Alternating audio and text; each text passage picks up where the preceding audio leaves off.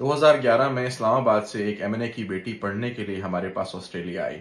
और आज की वीडियो से आपको समझ आ जाएगी कि जो हलाल हराम की तमीज़ नहीं करते उनके साथ आखिर में फिर होता क्या है। ये एमएनए साहब जो इनका मैं नाम नहीं लूंगा, 2011 में ये जो थे एक्टिव थे उस टाइम पे, जाहिर बात है मेरे घर वालों को उठा लेंगे वो लोग वहां पे, लेकिन बगैर नाम बताए आपको बताता हूँ।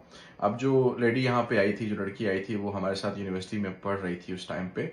और हम लोग ऑब्वियसली पाकिस्तानी बहुत कम थे उस वक्त इस यूनिवर्सिटी में, तो ऑलमोस्ट हर बंदा जो है एक दूसरे को जानता था। मेरा जो है इंट्रोडक्शन हुआ इस लड़की से लाइब्रेरी में, वो भी किसी और दोस्त के थ्रू। और डेली जो है फिर इस तरह आहिस्ता आहिस्ता हमारी बातचीत सलाम दुआ होना शुरू हो गई। सारी बात है, हम भी जवान लड़के थे, हम भी उस लड़की के आसपास मंडराते रहते थे। वो खुद भी बहुत ज्यादा फ्लर्टी थी और सबसे फ्लर्ट किया करती थी। अब इसके बीच में ये होता है कि वो लड़की जो है उसका हमें पता चलता है, हम देखते हैं उसको कि वो किसी सरदार के साथ, किसी सिख के साथ जो है वो बहुत ज्यादा दिखती है। तो खबर जो है वो फैल जाती है कि जी ये सिख जो है सरदार जो है ये उस लड़की का बॉयफ्रेंड है। अब लड़की खुद जो है मुसलमान, इस्लामाबाद से उसका ताल्लुक, बाप उसका एक्टिव है, मैंने उस जमाने में पंजाब के किसी उस इलाके से। और वो लड़की जो है यहाँ पे किसी सरदार के साथ इन्वॉल्व हो गई थी।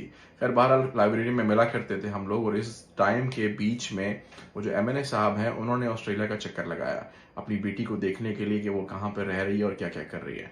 जब वो एमएनए साहब यहाँ पे आते हैं तो आके जो है वो यूनिवर्सिटी का भी चक्कर लगाते हैं। फिर उन्होंने अपनी बेटी से तमाम दोस्तों के बारे में पूछा जिनके साथ वो उठती बैठती है। अब हम जो है उस टाइम पे 10-12 लोगों का ग्रुप हुआ करता था, लाइब्रेरी में मिलते थे, उसमें लड़के लड़कियां दोनों इंक्लूडेड थे। तो हमें एमएनए साहब ने जो है वो डिनर पे इनवाइट किया यहाँ ब्रिस्बेन के एक रेस्टोरेंट में, और बहुत बेहतरीन डिनर दिया, खिलाया पिलाया, हमारा ख्याल रखा। लेकिन उस डिनर के दरमियान जो है वो एमएनए साहब बार बार जो है हम लड़कों को देखते हुए, कि हम 4-5 लड़के गए हुए थे, तो हम लड़कों को देखते हुए जो है बार बार घुरियां डालते हुए 2-3 कहानियां हमें बयान कर रहे थे कि जी किस तरह से उनके साथ किसी ने जो है वो पंगा लेने की कोशिश किया तो उन्होंने उनके खानदान का क्या हाल बना दिया है। और इस तरह के एक दो और किस्से भी उन्होंने हमें जो है वो सुनाए। और कहने का मकसद उनका ये था कि पुत्र, जरा अपनी लिमिट जो है वो रखो मेरी बेटी के साथ, उसके आसपास आपने जो है कोई हैंकी पैंकी नहीं करनी। अब उनकी बेटी जो है वो भी अपने बाबा के सामने, अपने एमएनए साहब के सामने जो है बड़ी शरीफ और परहेजगार और तहज्जुद गुजार बन रही थी। लेकिन तब तक जो है उसका कंफर्म हो गया था कि वो सरदार जी साहब के साथ जो है वो सिख के साथ वो फुल ऑन रिलेशनशिप में चल रही है। हमने खैर कोई इस तरह की बात नहीं की। वो एमएनए साहब जो है वो वापस इस्लामाबाद चले गए।